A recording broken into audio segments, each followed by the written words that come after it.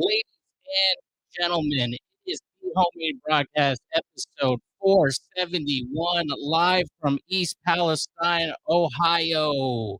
It's not great here. It's not great, but everything's fine. We got Anna Hummel making eggs. Woo!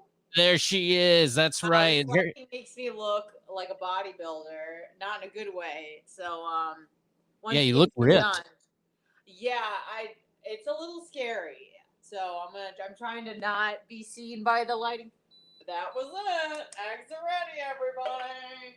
This is lunchtime special here on the Homemade Broadcast. We're recording. We usually record on Wednesday evening, well, late afternoon, I guess, anywhere between 5 and 6. But today it's a special Thursday episode Woo! because my internet went kaput last night. I had to go buy a new modem yesterday. I had to go buy a place, Anna, called Walmart. I don't know. Ew! Yes. I thought you were That's better right. than that. I haven't been in a Walmart since I would say no, that's not true. When I was in Greensboro, I went to Walmart, and that one wasn't too bad. This one in St. Petersburg, Florida, was the worst place I've ever been. I think it's especially disgusting. I don't know why, but I would tend to agree with that assessment. And there's with Walmart culturally, there's a lot of, people of Walmart, which caught on where people, just people who use Walmart, patronize Walmart. And a lot of them are, in the poor category, I would say. And a lot of them are just, messes. Yes. This was unique where the people who worked at Walmart were worse than the people who were shopping at Walmart. It was truly a being in a third world country. I know this sounds probably unusual though. This one, I mean, listen, I don't think of, like the greeters and the people that help you. I feel like it's about even, no, or is it typically worse, the people that shop there? I always felt like the people that shop there were the people of Walmart. It really wasn't the people working at Walmart that were the people of Walmart. Right. This was like the ambiance of the store reminded me of like when Kim Jong-un sets up these like fake storefronts and shows press and goes, look, it's not so bad here. Look what we got.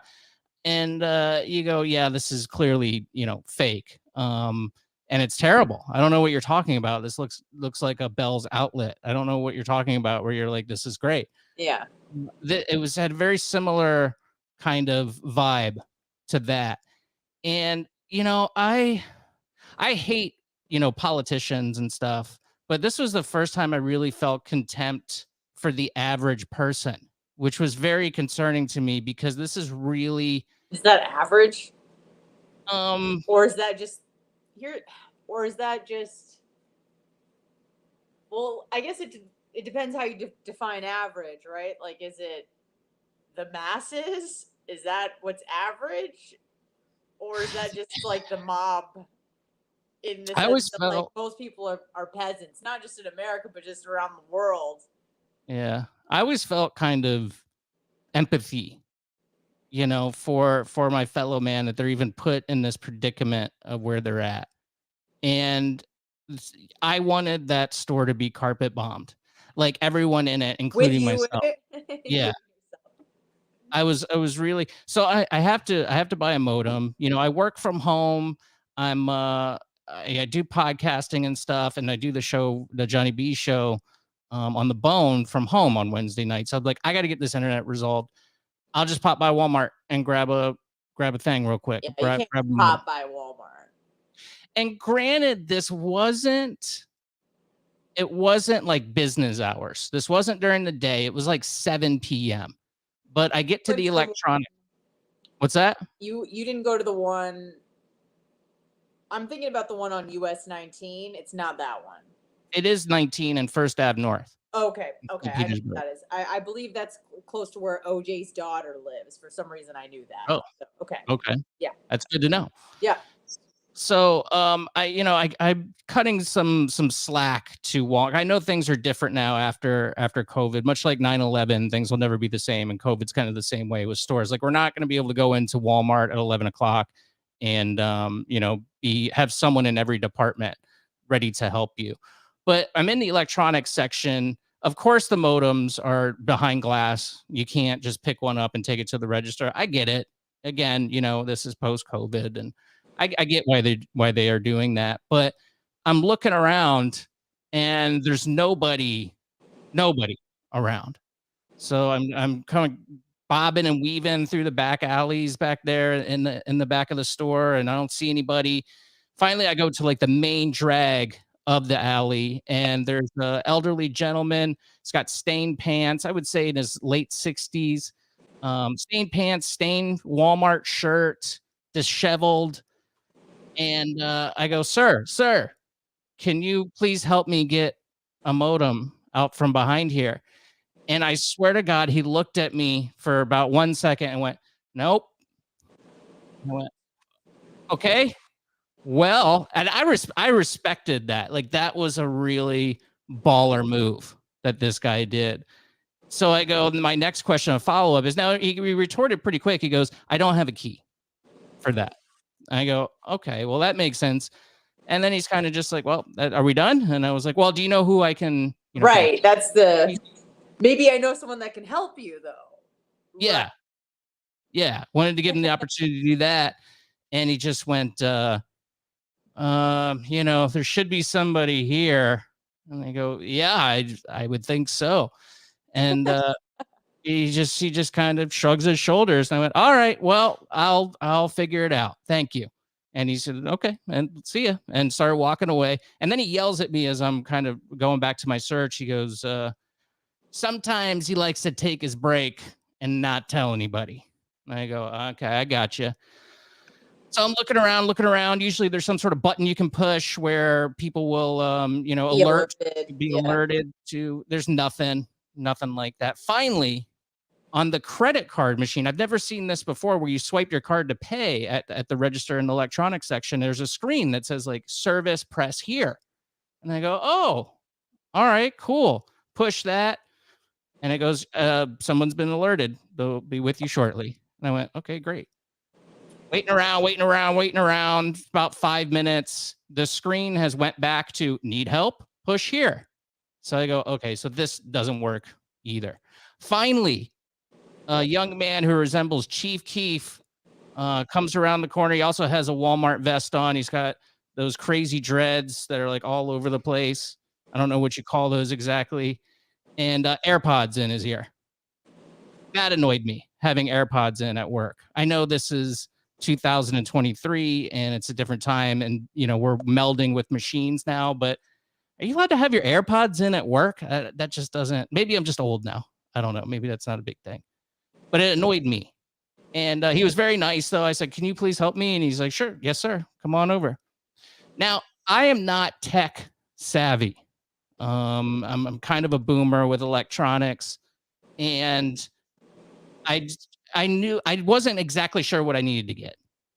But I wasn't about to ask this guy, because he just was like, which one do you want? And I was like, I guess that one right there. And he just opened it with a key and went, go ahead, grab it.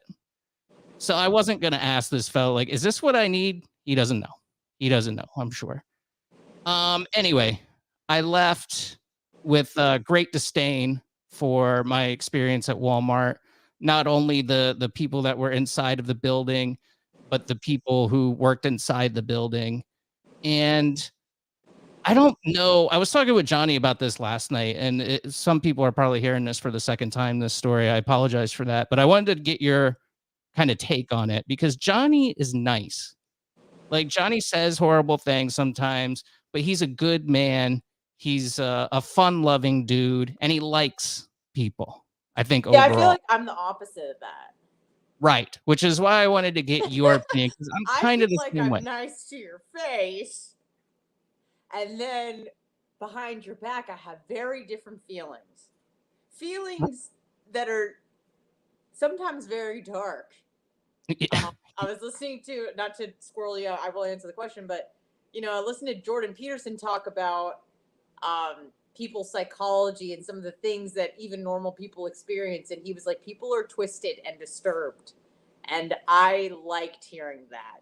He's like, he's like, even the people that you think are, nice on the outside, he goes, everybody has really, like, you know how intense he is, Jordan Peterson, really intense. He's like, you have really dark demons and thoughts that they don't act on most of them. And so that made me feel better about things. So with that said, I would say, not to point the blame at you, but I feel like it's almost your fault that you had higher expectations of Walmart. Is that fair to say? I mean, they were very low as it was. It was just so shocking how bad it was. And it made me think about, I guess maybe I got traumatized because these are like little things in your life that you don't even really think about, but they make an effect on you. And and this isn't like, you kind of expect stuff at Walmart.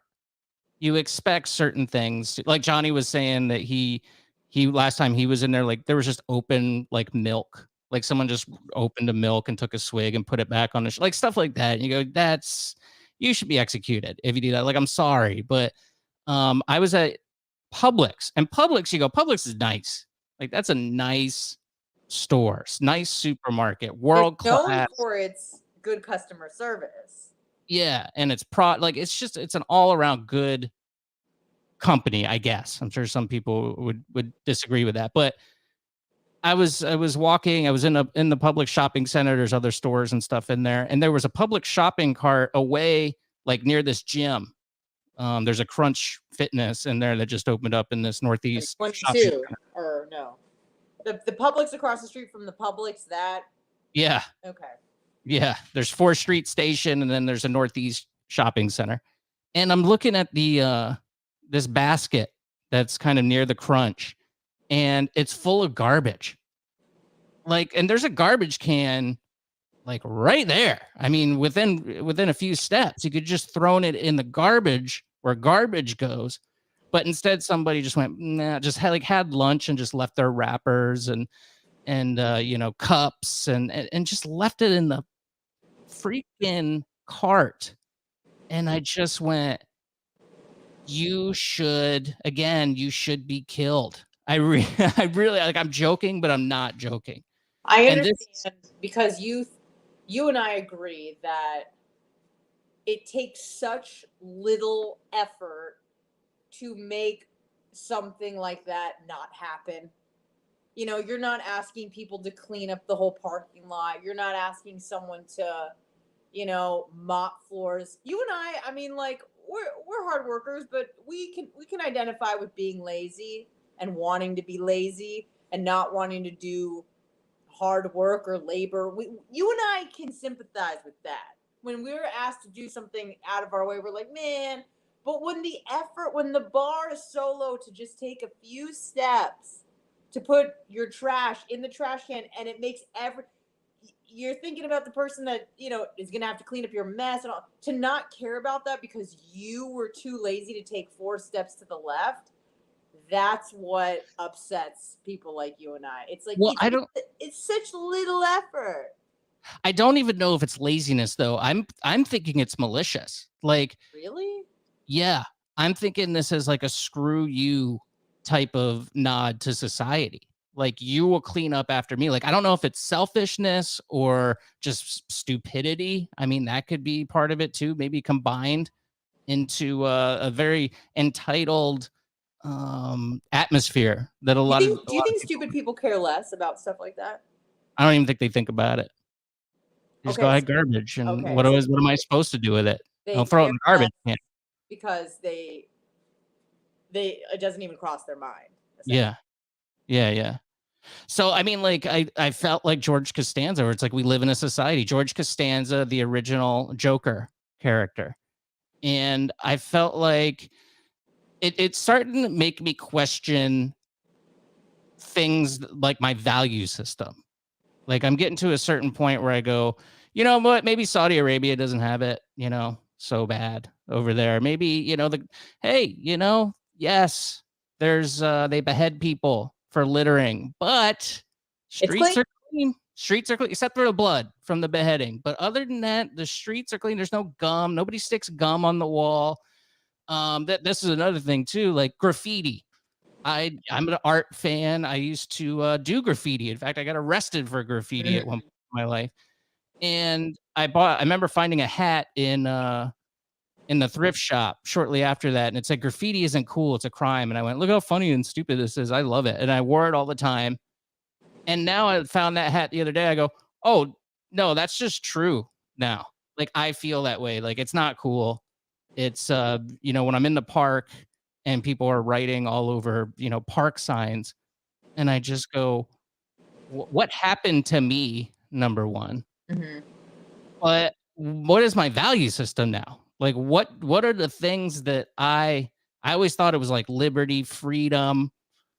And now I'm like, yeah, I don't know. If you dump your garbage, you should probably go to jail for a period of time because you have to set an example.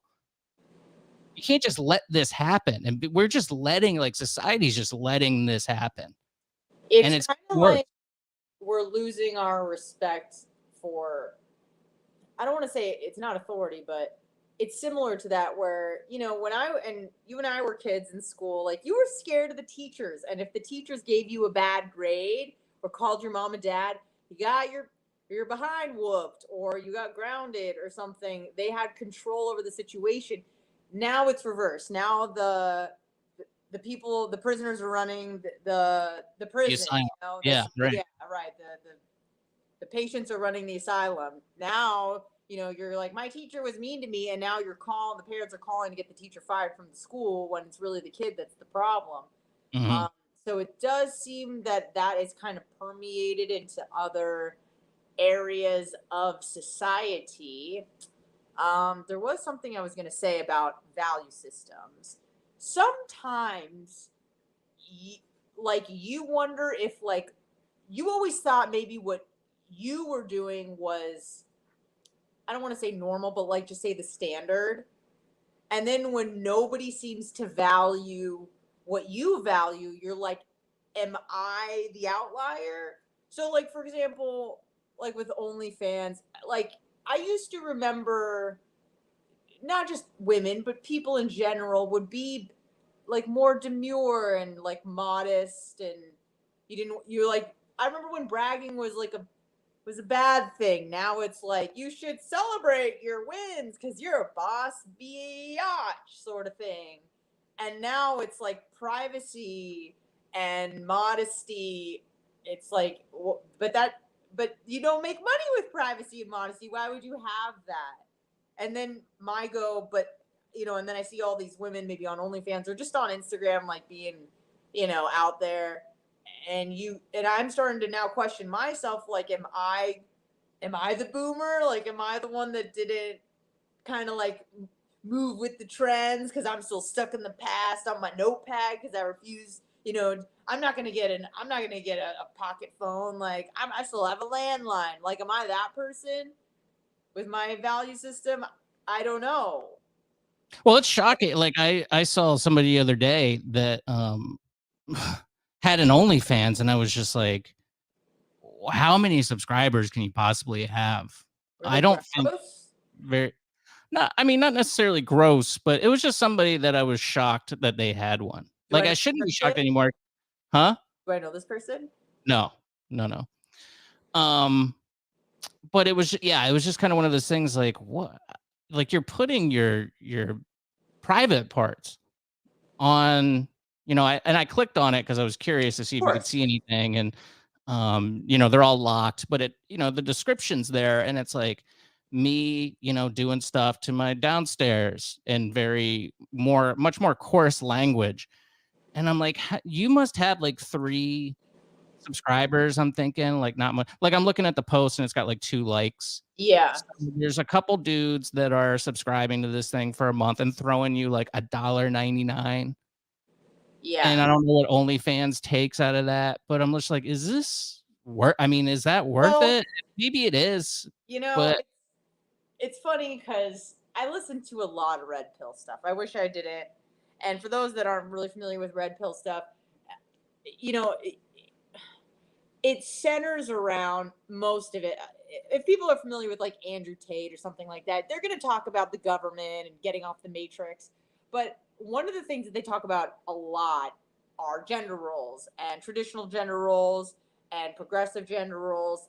And there's really an emphasis on the difference between how the West handles things and how other countries handle things. And, you know, although I don't think that, places like Saudi Arabia and Iran like have it figured out, like I don't think that that's right. I also don't think that maybe the exact opposite of that is also a good way to conduct business either. So I'm not saying, oh, we should shackle women. I mean, I'm a woman. I want to be free. I like freedom. But I also don't think that being so, I don't want to say sexually liberated, but being like so unmodest, I guess, is is also not the move, because it really doesn't help women get to the things that most of the time they want at one point in their life, which is a family. And, you know, no one want to marry a hoe is basically what I'm saying. And even if you maybe aren't doing porn or you're not on OnlyFans anymore, that exists forever online. Even if it's offline, it still exists because people downloaded it and they shared it and they saved it, and it exists somewhere. And men don't want to invest in women that are either currently doing stuff like that or had pasts like that, because um, they feel like they want things that are just for them, and if they've had to share this body with other men, that's very unappealing to them, in terms of not for those are women for recreational use, not really women that you kind of really invest in long term. So I think all this OnlyFans, Instagram, the sexual display of your body and making money off that sometimes or not, I don't think is helping women get to where they want to be. And like, then you play that out and it's like, where does that lead society in 10, 20, 30 years? Yeah, it feels like it's crumbling. And I know that there's always been the guy on the corner that has the end is near sign that's been screaming that Jesus is coming very soon. It's always like even the milk and honey days of which in my lifetime would I guess be the 1990s, where everything was pretty good. There were still people screaming about how terrible things were, yelling about Marilyn Manson or Harry Potter or whatever, that You could just Satan. walk away from them. You didn't have to go and online and be just bombarded by all of it. Yeah. Yeah. So I mean, knowing like I'm scared of where this learning more about myself is going, because I genuinely think, and it's like even cops too, like cops have it really rough right now. I'm also not the biggest police fan. I think that we could probably do a lot on our own if we weren't, forgive the pun, but handcuffed by some of these laws.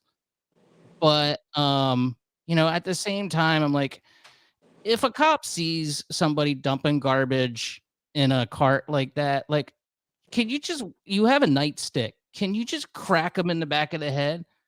And I mean, I know that if you saw that and that would be put on Twitter and it would be like, oh my God, this is just validates everything that we were saying. We need to defund. And I would probably be like, whoa, that was harsh if I just saw it, in content. But we can't allow we can't allow people to open milk, drink it, and put it back on the shelf. We can't allow people to just dump garbage everywhere, Yeah. because it's just gonna make everything worse. Like, we have to live together. And if you can't live in some sort of semblance of a shared community and society, then you can't be a part of it. And we need somebody, and strongman, whatever, to go, all right, we're not doing this. This is what we're doing. But that's like, uh-oh, maybe I am like an authoritarian uh, Yeah. And monster. here's the thing, and I'll take your, maybe I don't want to say, execute the person for doing that, but I also maybe, it's one of those things, Will, where like I have a personal opinion and I have like a political opinion. So, for example, like if Nicholas Cruz, right? Not a great guy, right? My personal opinion is, yeah, I wish he would have, I wish he would have died. I wish they would have just killed him. But politically, legally, I am very uncomfortable with the state taking lives. I don't like that. And so whenever I voice that opinion, typically on, Bubba's show, I'm bombarded by people saying, "Why are you standing up for this guy? Like, why do you think he could be rehabilitated?" I'm like, I don't think I said any of those things. I'm not saying he doesn't deserve to die. I'm saying I don't like the state having the power to do that. So what I'm telling you is I don't, obviously I don't want the state to have the power to chemically castrate people, but if you leave your trash in the basket and not put it in the trash bin where it belongs, maybe you don't have a good seed, and not necessarily don't have a good seed, but you weren't raised right, and maybe it's not even your fault because your dad wasn't around, and mom's on crack, and your sister died of heroin, whatever the case may be.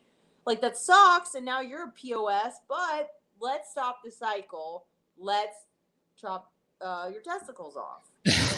Well, it's funny that you brought that up because we were talking about after this conversation about Walmart and Publix last night, we were talking about the guy who shot a woman and her daughter, I think. And then there was like the news was there. And then he came back and killed them. And then went into another house. And I just go, just kill him. Like, what do we do? Like, why? Well, I can't, it's so funny you say that because I read that story today and saw the reporter crying while she's telling, the people what happened. I'm assuming it was a coworker of hers. And I'm anti-capital punishment, right? Same here. Me too. I had that same feeling. I'm like, just kill him. Just end it. Why do we know? Stick around? Like, I don't know why that struck a chord with me more than like something else, but I'm just like, and I don't know what was particularly egregious more than other things that we hear about. You know what I mean? But that particularly, I remember reading that this morning, seeing that woman cry and just being like, this guy doesn't need to be on planet Earth, and it's a shame that he had to be born. Yeah. So. He's smiling in his mugshot, just like I know. just an animal of a human being. Like he's a baby. Yeah, it's 19. That's scary. That's a baby, and he's doing stuff like that. But how in God's name how does something like that happen? Like I get it. I get it, but I get it if you kill somebody. But then to be like, the news is there. I'm gonna go like, what is going on? I know.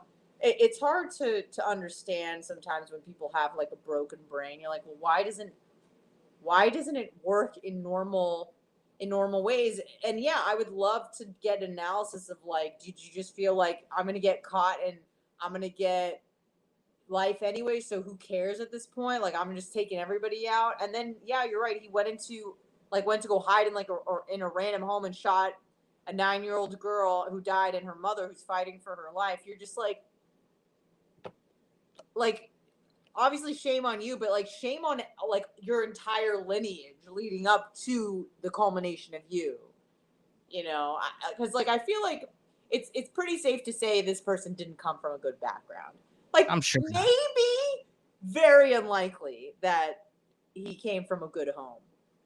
And then you also have to say, well, if that's, and then you hear the stories about, oh, he was touched as a kid and his dad beat him and he was, hogtied or waterboarded or head through a garage, like horrible stuff like that. And like, you don't want to have sympathy for this person, but then you can be like, all right, at least I can kind of rationalize how this monster was created. Like, how did it even happen? Oh, okay, well, and then you take pity and then you don't get executed, you get life in prison. So it's like, Yeah, what's better or worse? I don't know. I do think this though, and I voiced this on the show before, and I think I got some crowd approval, which is unusual on that show because usually it's me versus everybody else.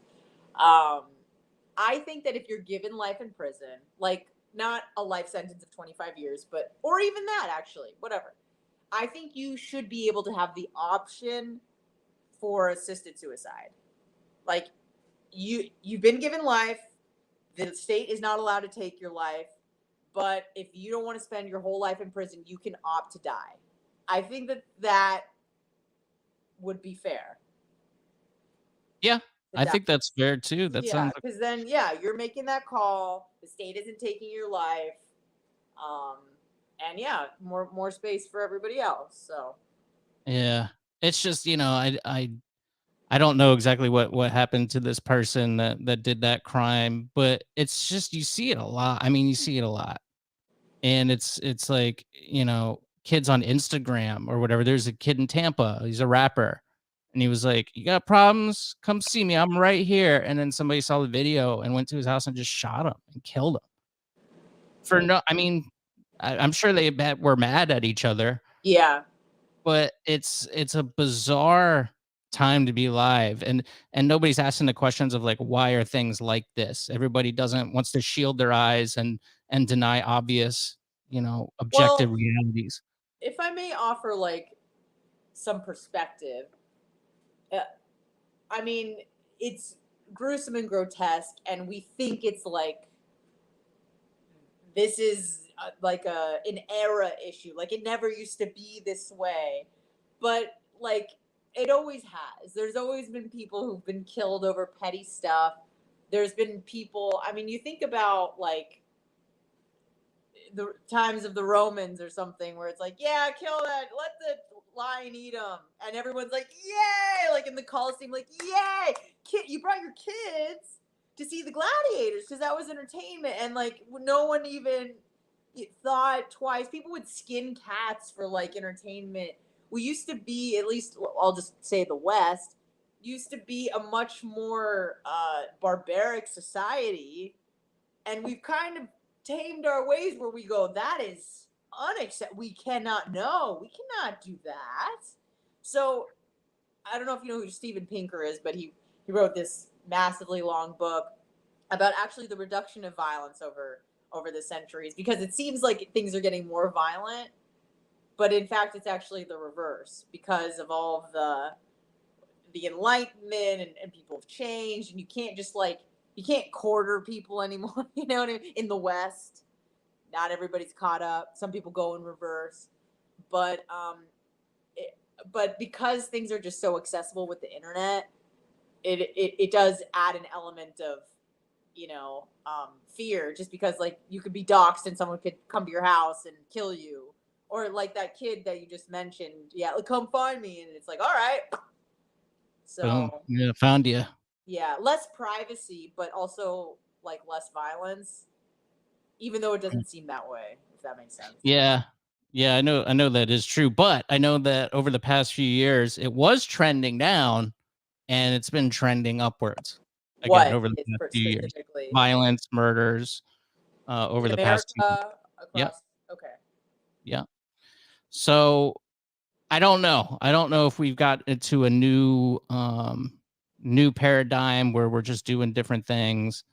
Well, you can Uh, also, I mean, COVID was a significant event, and I think that for many people that may have been on the edge, because there's always a subsex of society that's on the edge. Some might say that could even be me at times.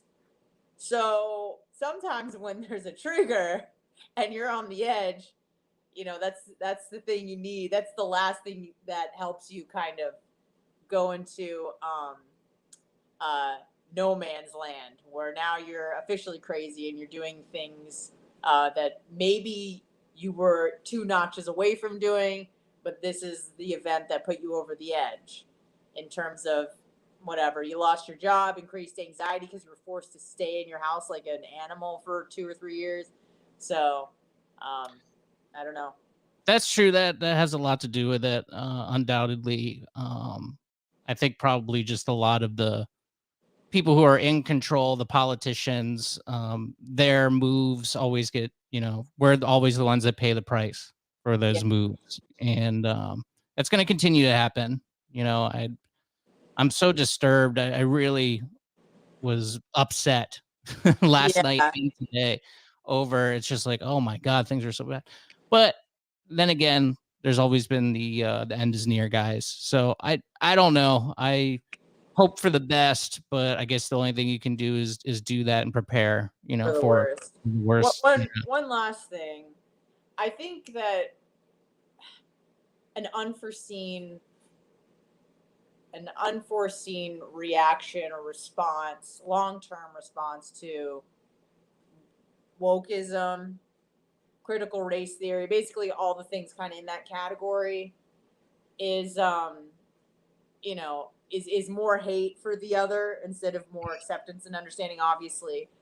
And sometimes that's the last thing that you need to justify doing something bad to someone else, um to feel like if you're bred to think that some other race owes you something, you're probably more inclined to do something against them and not feel bad about it or feel like justified in taking something that's not yours because this is retribution, you know? So I feel Yeah. like that narrative kind of emboldens that thinking, justifies that thinking of this is mine and F you, and makes people more disorderly and not more courteous and thoughtful and compassionate to each other, but quite the reverse, and feel like they are owed something, owed a debt, that they are, a victim and they've been oppressed, and now they're going to seek retribution for themselves because they've been oppressed and for their entire lineage of however long, many generations. So But it's that's again, that's the politicians that enact this stuff. This yes, comes from, I don't know, I guess because, progressives are collectivists that they get together and they organize and they do a good job. And it's like people want to be left alone and people won't leave them alone. They're the people who won't leave you alone. Marjorie Taylor Greene says, let's have a national divorce I where saw we that. kind of break up. And I go, yeah, that sounds good. I've heard good arguments for it. I've heard some good arguments against it, Yeah, but they're not going to leave you like this isn't how it's done. You're not going to say, let's just agree to disagree and go our own way.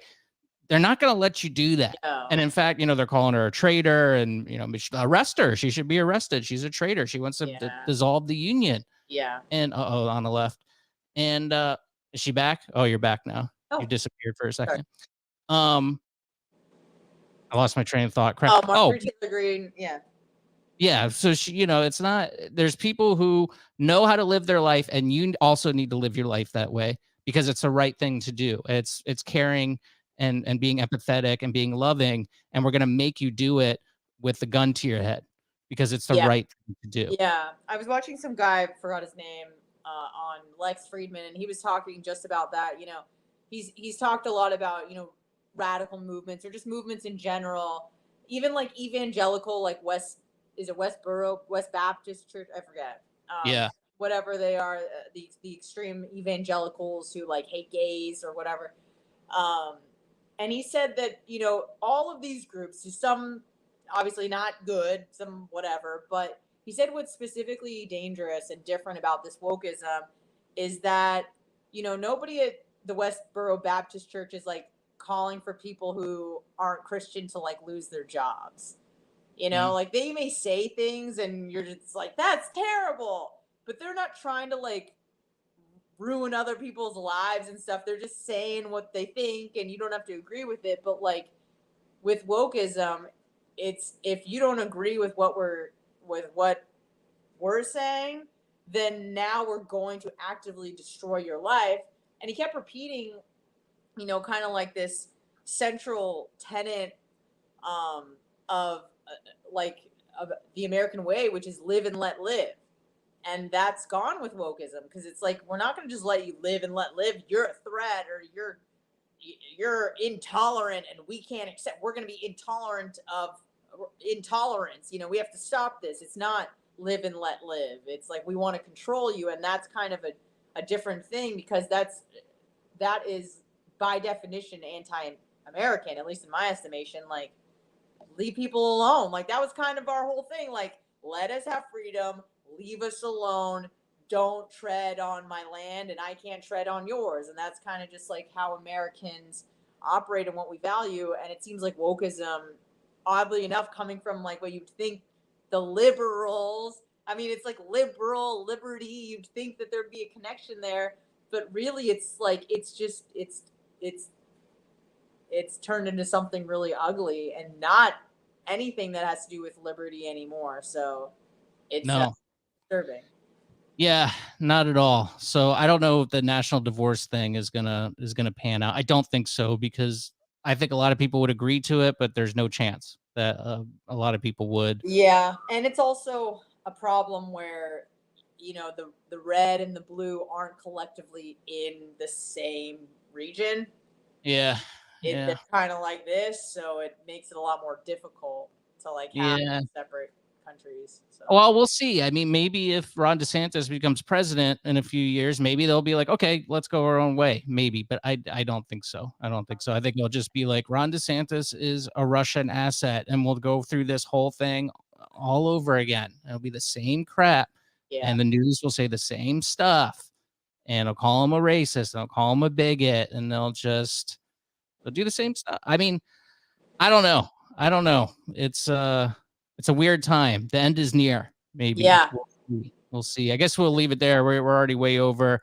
Nobody really listened to the live stream. I can't blame them. It's 2:00 on yeah. a Thursday, and this was a weird time. But catch on Bubba Love Sponge on Twitch. You can catch me on the Johnny B Show on the Bone. It's a weird combo, weird It uncomfortable works combo. though. It does work somehow. So we'll talk to you all next week. Oh no, actually, sorry, I'm out of town. I'm going on vacation, so no stream or podcast next week, and we'll be back the following week, that March 8th, I believe it is. So let's talk to you then. Goodbye, Anna. Thank you. All right, bye, Will. Have a good vacation. Thanks. Bye.